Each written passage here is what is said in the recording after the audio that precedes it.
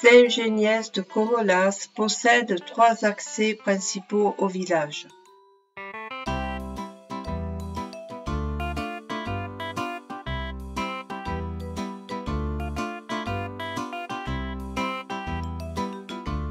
Sur cette carte postale, la route de Bagnoles est ombragée d'arbres majestueux qui apportaient un peu de fraîcheur l'été.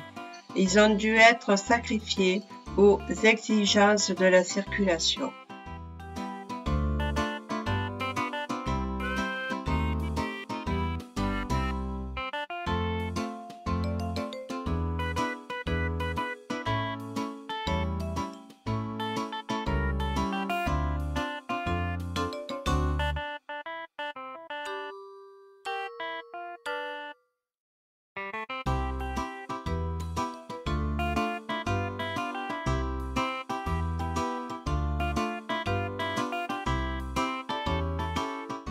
La route de Saint-Laurent-des-Arbres.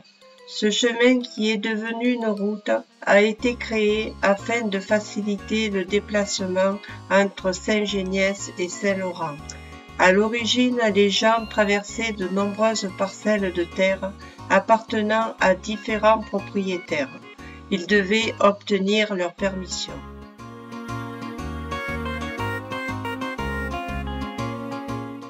La route de Roquemaure. Sur ces cartes postales du début du XXe siècle, on distingue des personnes à vélo, peut-être le facteur distribuant son courrier et une calèche s'éloignant en direction de Roquemaure. Il était agréable de s'asseoir sur les bancs de pierre bordant de grandes propriétés pour profiter de la fraîcheur des arbres.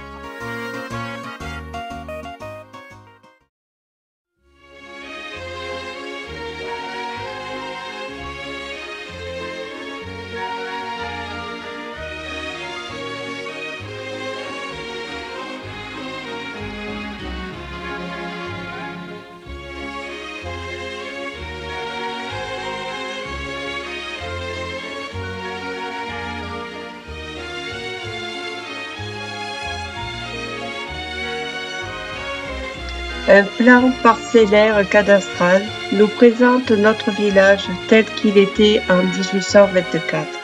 Le maire s'appelait Monsieur Charmasson, le préfet Monsieur Devilliers de Terrage, le géomètre Monsieur Derien. Le cimetière se trouvait à côté de l'église jusqu'en 1832, date à laquelle il a été transféré au chemin de la Treille.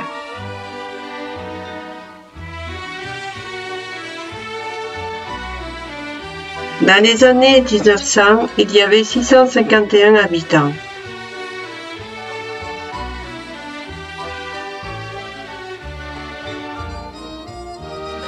En 1838, Simon Séfréen, maçon, a installé des pompes en terre pour alimenter la fontaine. Il a construit également le monument de cette fontaine. Un supplément de 100 francs lui a été alloué pour les travaux. En 1843, les pompes en terre seront remplacées par des pompes en plomb. En 1892-1893 est érigé un piédestal en haut duquel sera insérée une horloge. En 1960, la fontaine et l'horloge seront détruites par la municipalité de l'époque.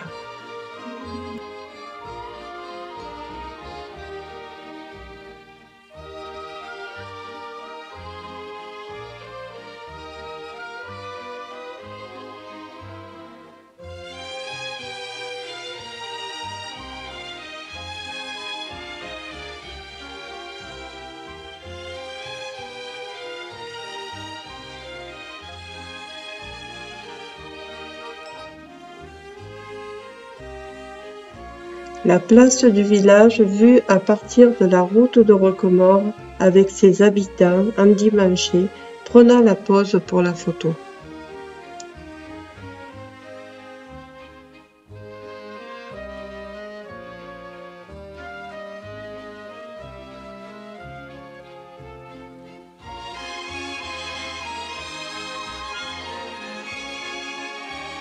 Cette carte postale montre des scènes de la vie de tous les jours. Le bureau de poste télégraphe depuis 1901 pour lequel la commune payait un loyer annuel de 450 francs avec sa file d'attente, les villageois à la terrasse du café, le cultivateur menant sa charrette attelée. Un mur de 44 mètres de long et de 1 mètre de haut a été construit pour séparer la place du village de la route. Un jour de communion devant l'école libre fondée en 1902 par la congrégation Saint-Joseph d'Aubenas en remplacement de celle qui a été fermée. Voici la place dans les années 60. On aperçoit le camion-citerne, les établissements Guyot, négociants en vin. De nos jours, la place du village, agrémentée d'une jolie fontaine et d'oliviers, symbole de paix.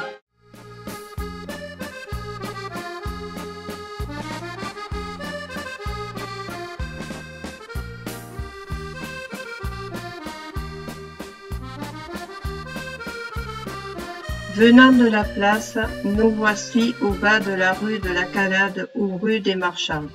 Après la fontaine, sur la gauche, on aperçoit le Grand Café-Ré. Dans les années 1900, les commerçants et artisans posent souriants pour la photo.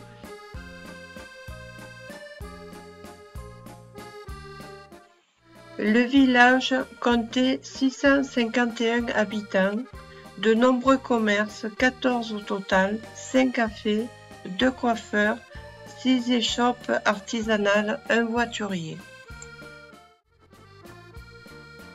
Le Grand Café-Ré, à la magnifique devanture, se situait au début de la rue. On y jouait à la manille, on buvait de l'absinthe. Il faisait bon s'y retrouver en famille ou entre hommes. Des séances de cinéma pour la fête votive y étaient organisées. De nos jours, une partie de la façade du Grand Café-Ré subsiste.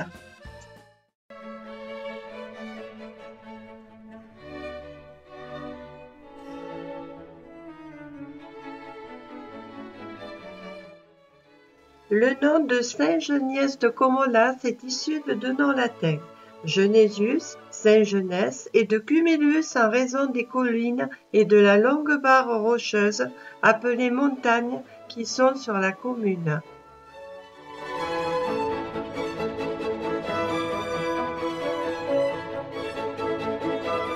Notre village est dominé par son église.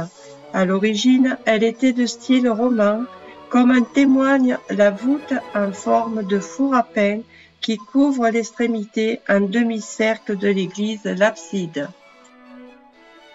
En 1855, Léon Allègre, peintre archéologue bagnolais, représente une esquisse au crayon de notre église, telle qu'elle était encore au XIVe siècle. En 1857, l'église aura son apparence actuelle. En 1875, le clocher roman sera remanié et perdra son aspect de style roman. L'architecte était M. Bègue.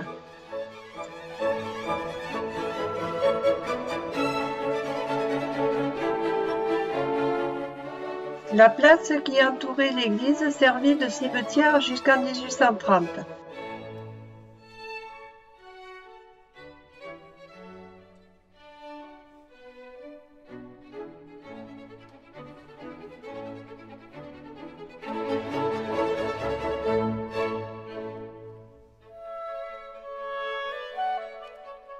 En ce début du XXe siècle, la paroisse était dirigée par l'abbé Lens, puis par l'abbé Almès, et en 1960 par l'abbé Couder, que de nombreux Saint-Générois ont connu et estimé.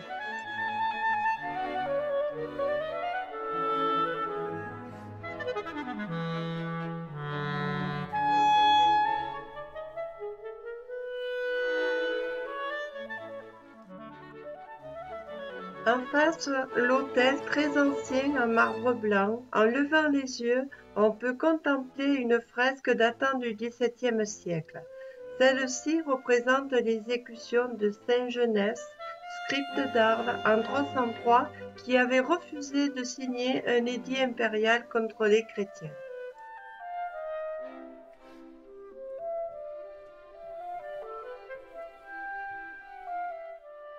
De nombreuses statues s'offrent à nos yeux, celle de Saint Genès tenant à la main la palme des martyrs. Une petite cavité placée dans le socle contiendrait les reliques apportées en 1761 au village de ce saint. Celle de Jésus le Sacré-Cœur, de la Sainte Vierge Marie couronnée tenant l'enfant, de Sainte Thérèse, de Saint Joseph. Jeanne d'Arc, patronne de la France et de l'armée française.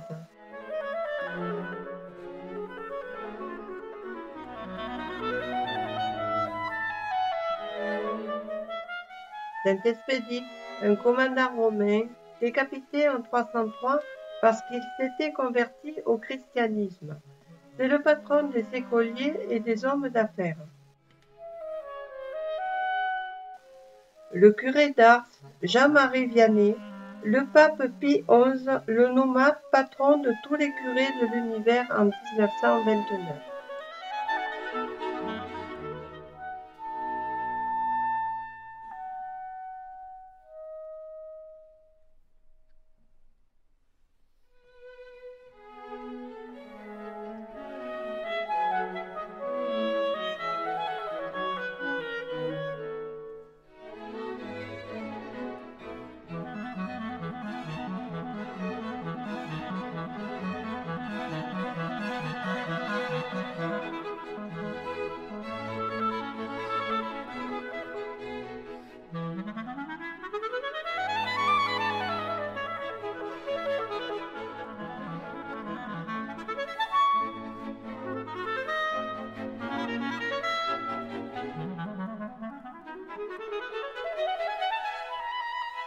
Au-dessus de l'autel, un tableau montre la Vierge entourée des 12 apôtres, regardant descendre une colombe le Saint-Esprit.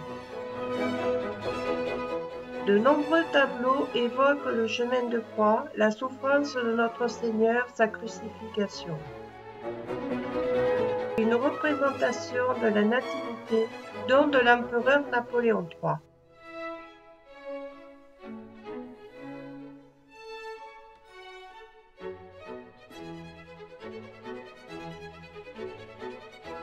Un tableau offert par la République en 1875.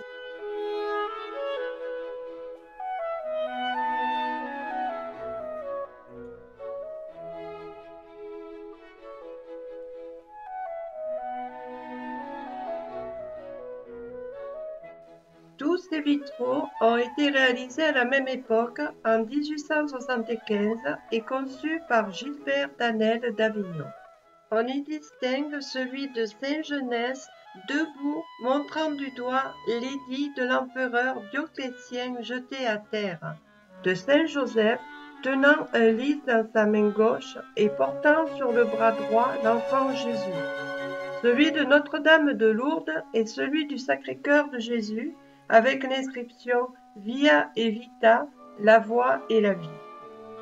Derrière l'autel, 3 petits vitraux circulaires, de bas en haut, évoquent la naissance de Jésus, Jésus travaillant avec Joseph son père, et son premier miracle aux noces de Cana.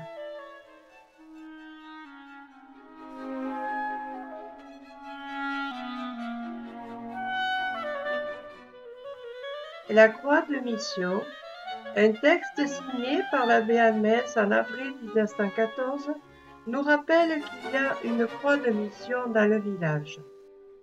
L'ex-voto.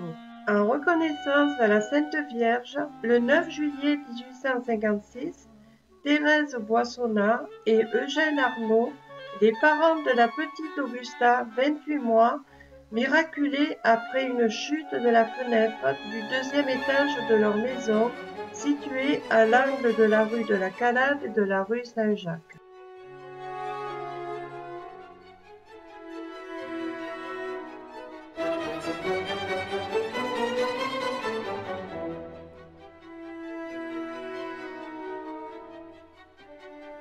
2 plaques de marbre noir rendent hommage à nos héros morts pour la patrie durant la Première Guerre mondiale. Une est dédiée à Monsieur l'abbé Almès François et l'autre à nos villageois qui ont donné leur vie pour la France. Un texte de saint Paul en latin est écrit en dessous. Celui qui a combattu pour une noble cause sera couronné. Notre regretté ami Guy Arvieux, par ses recherches, a permis l'inscription du nom d'un soldat oublié, Monsieur Théophile Bernard, mort le 19 août 1918. Un grand merci à Guy.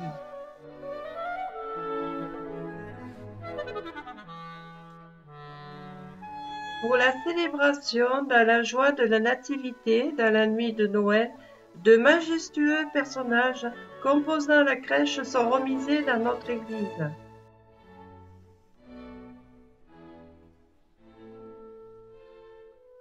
Un dernier panoramique de notre église, si cher à notre cœur, et nous nous dirigeons vers la sortie annexe.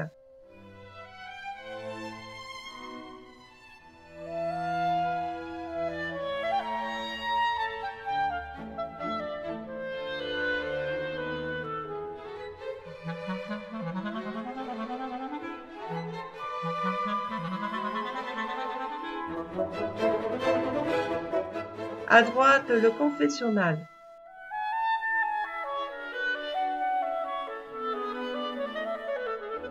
Et nous voilà sur la place de la mairie, parée de sa jolie fontaine.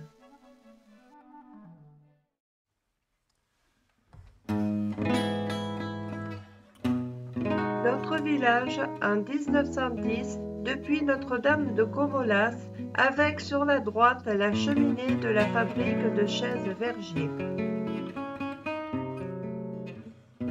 En 1923, sur l'emplacement de la cave de M. Jette, il y avait de nombreux jardins potagers. On aperçoit sur la droite une éolienne du lavoir.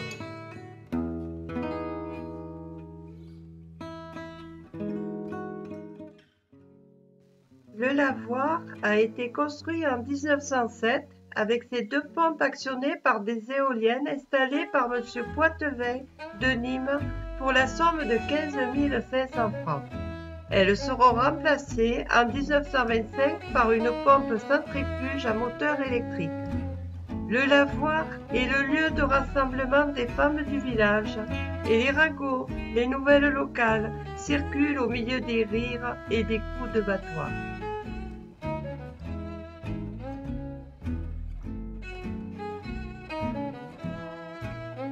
Notre-Dame de Comolas est la gardienne de notre village.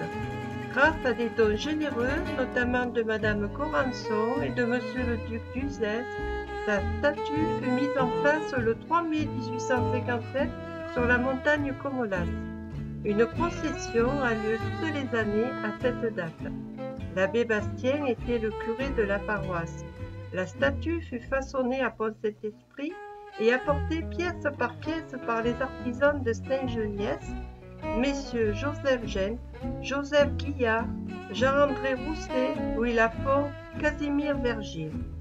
Sur son socle, une plaque de marbre blanc commémore la mission de 1906. Une croix en souvenir de celle de 1913 se dresse à ses côtés. Le curé de la paroisse était l'abbé Almès. En 1860, la municipalité souhaite faire de ce lieu un lieu d'agrément. La plantation de pins et différentes essences est décidée.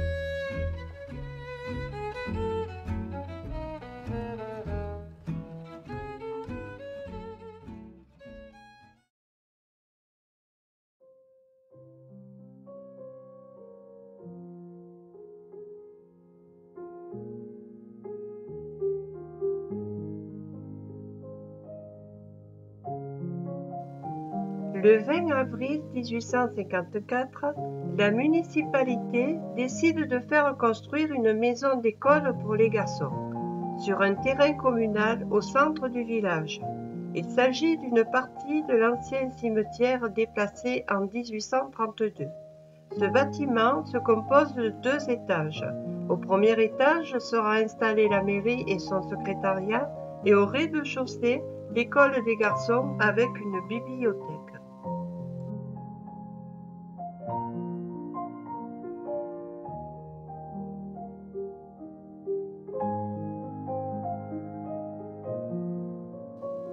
Dans l'inventaire de 1892, dressé par messieurs le maire et l'instituteur, sont comptabilisés des fusils.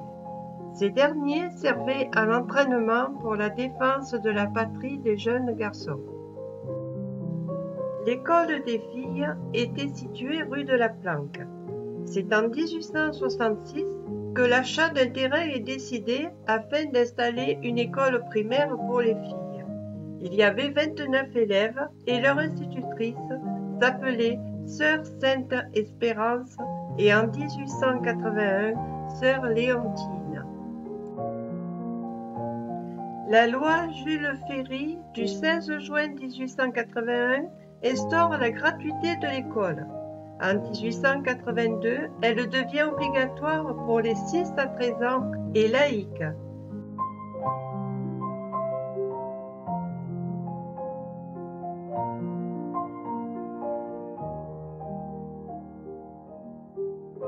La première école laïque de Saint-Geniès-de-Comolas est créée en 1897 et son institutrice se nomme Mademoiselle Couder-Hélène.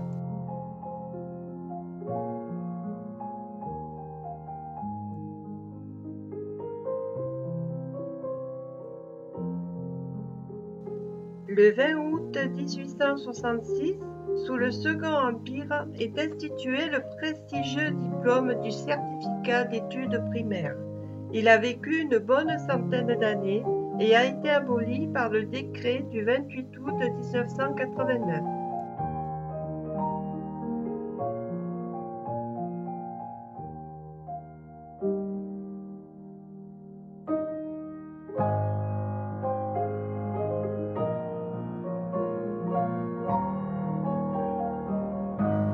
En 1902, une école libre est fondée par la congrégation de Saint-Joseph d'Aubenas. Elle était installée dans la maison du bâtonnier Saint-Auban, sur la place du 11 novembre 1918 actuelle. Elle était payante et dispensait un enseignement religieux.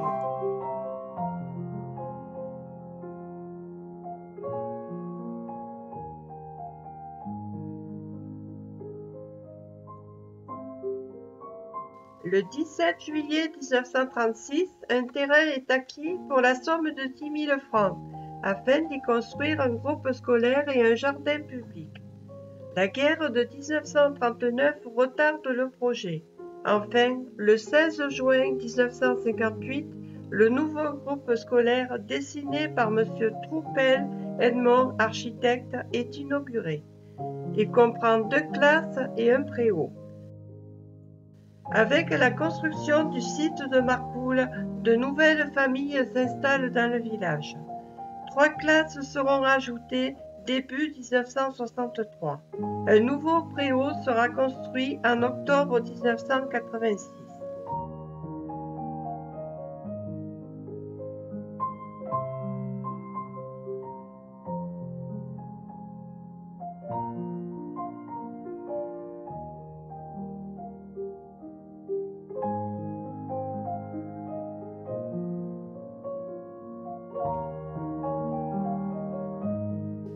De nombreux instituteurs et institutrices ont enseigné à Saint-Geniès-de-Comolas.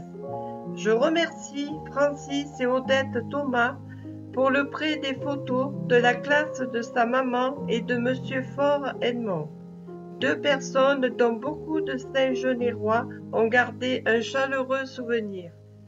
Ces photos représentent les écoliers des années 1950 à 1968.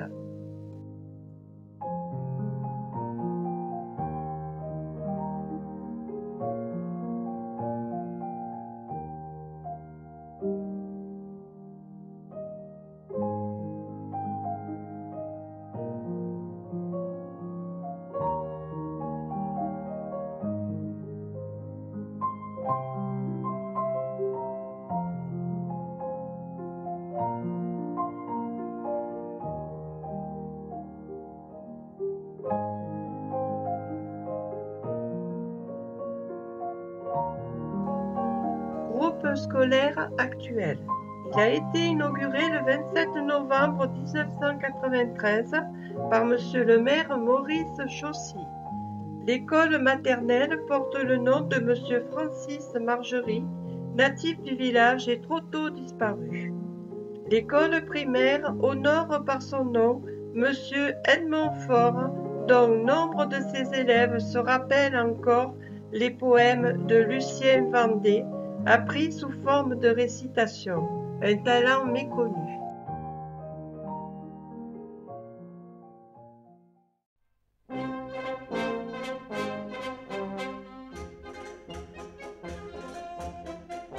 Albert Lebrun, président de la République de 1932 à 1940, venant d'Avignon pour inaugurer la cave de Tavel, rendit visite à Saint-Geniès-de-Comolas le 31 juillet 1938.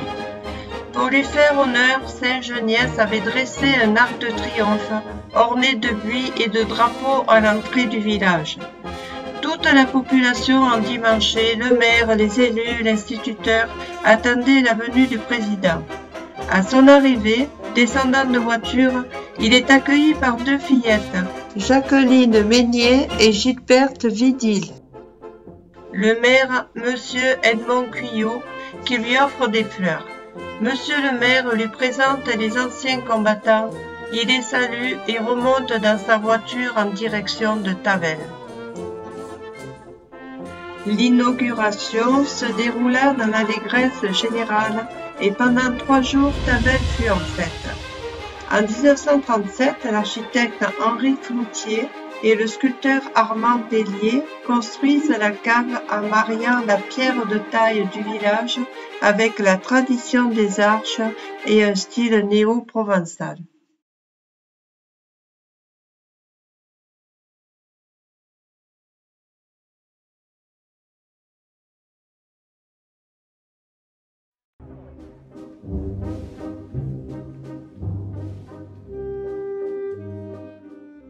En 1878, des expropriations ont lieu afin de mettre en place la ligne de chemin de fer du Tel à Nîmes. Entre 1878 et 1880, la gare de Saint-Geniès-Montfaucon fut construite. En 1880, une autorisation municipale permettait l'ouverture d'un débit de boissons. L'essentiel de la vie économique locale y était centralisé. L'expédition de nombreux produits y était assurée. L'acheminement des tuiles, briques de la Société des Tuileries et Briqueteries de Saint-Geniès, qui employait de nombreux villageois, en était facilité grâce à sa proximité avec la gare.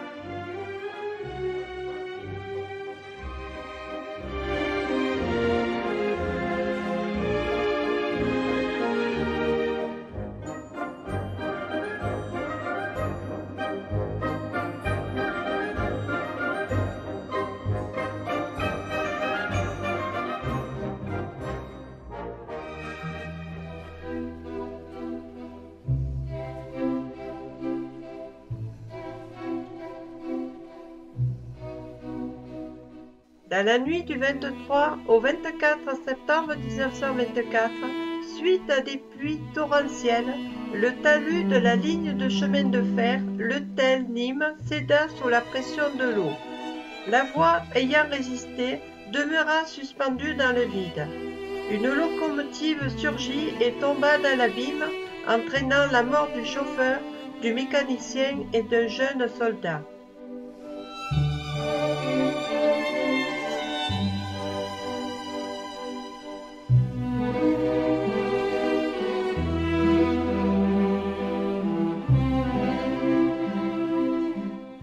Le poseur de voie de l'Odin, M. Ducourtil, faisant preuve d'un courage héroïque, se rejoignit suspendu au-dessus des flots aux poutrelles des rails la gare de Saint-Geniès, afin d'alerter du danger. Il repartit par le même chemin rejoindre son poste. Des trains rapides de la rive gauche du Rhône allaient passer par là et il fallait éviter un autre drame. Il fut présenté au président de la République, Gaston Doumergue. Il reçut 10 000 francs de la Fondation Carnegie et la médaille d'honneur des chemins de fer.